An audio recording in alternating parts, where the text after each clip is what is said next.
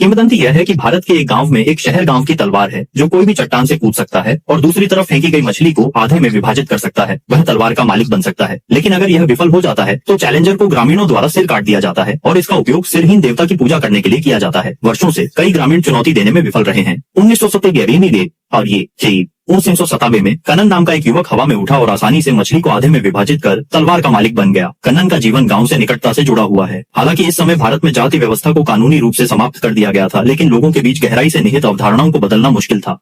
जिस गांव में हैनान स्थित है वह बड़ा नहीं है और भारत में सबसे निचली जाति से संबंधित है, इसलिए शहर की बसें उनके गांव के प्रवेश द्वार पर कभी नहीं रुकती हैं। अगले गांव की जाति थोड़ी अधिक है और वहां एक बस स्टॉप है। ग्रामीण शहर जाने के लिए केवल कुछ किलोमीटर चल सकते हैं और अगले गांव में बस का इंतजार कर सकते हैं। अगले गांव के लोग अक्सर उन्हें धमकाते हैं क्योंकि उनकी जाति थोड़ी अधिक है। इस दिन ग्रामीण अपनी बेटी को बस का इंतजार करने के लिए ले गए और अगले गांव के 4 बड़े आदमियों ने लड़कियों को छेड़ना शुरू कर दिया।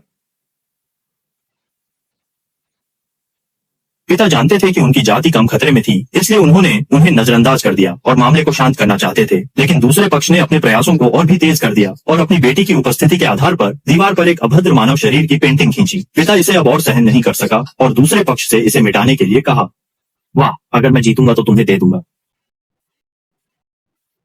यावरू बसेपना एना बेनलीजी वनाक्य कोडी अम्रपालो नंगनथुर कुमार नेहरू पटापला कुटुक्य।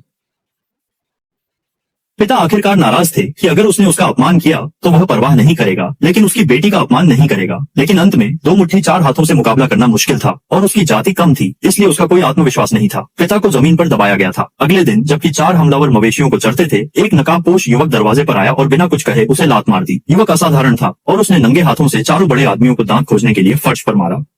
यह युवक कनन है। सौभाग्य से किसी ने समय पर हतोत्साहित किया और काओनान ने रेन के छोटे भाई को बाधित नहीं किया। हालांकि गांव का बदला लेने के उनके व्यवहार की न केवल ग्रामीणों ने प्रशंसा नहीं की, बल्कि ग्राम प्रधान ने भी उन पर मुकदमा चलाया। उनका मानना था कि निचली जाति में निचली जाति की जागरूकता होनी चाहिए और अगर उन्हें धमकाया गया तो उन्हें वापस करने का कोई कारण नहीं है। यह भी कहा जाता है कि कनन बचपन से ही नियमों का पालन नहीं करता था और तलवार प्राप्त करने का उद्देश्य गाँव की रक्षा करना था, न कि परेशानी पैदा करना और गाँव को खतरे में डालना था। कनन का व्यवहार केवल दोनों गांवों के बीच संघर्ष को बढ़ा देगा। क्या भविष्य में बस लेने पर लोग कनन की तरह लोगों को पीटने लगेंगे?